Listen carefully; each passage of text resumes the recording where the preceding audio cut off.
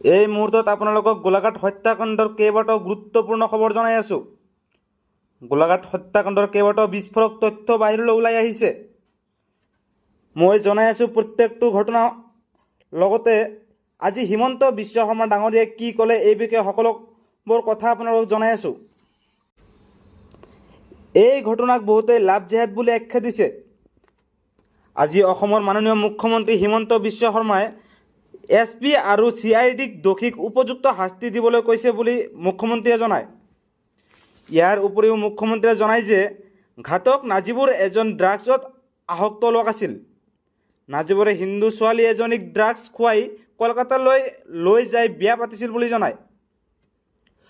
আৰু নাজিবুৰ এজন ড্ৰাগছ ব্যৱসায়ী আছিল বুলিও জনায় হিমন্ত বিশ্ব শৰ্মা ডাঙৰীয়াই।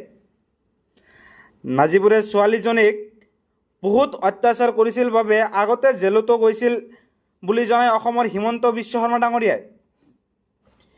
ইয়াৰ লগতে হিমন্ত বিশ্ব শৰ্মাই জনায় যে দোষীক ৰেহাই পাবলৈ নিদিয়ে আৰু উপযুক্ত শাস্তি পাব বুলি জনায় হিমন্ত বিশ্ব শৰ্মা ডাঙৰীয়াই। ইয়াৰ লগতে মাননীয় মুখ্যমন্ত্ৰী হিমন্ত বিশ্ব শৰ্মা সকলো ল'ৰা ছোৱালীক জনায় যে জীৱনটোক ইমান সহজভাৱে নলৈ ফেচবুক বা আন ছ'চিয়েল মিডিয়াৰ জৰিয়তে কোনো অচিনাকি মানুহৰ লগত যাতে চিনাকি নহয়।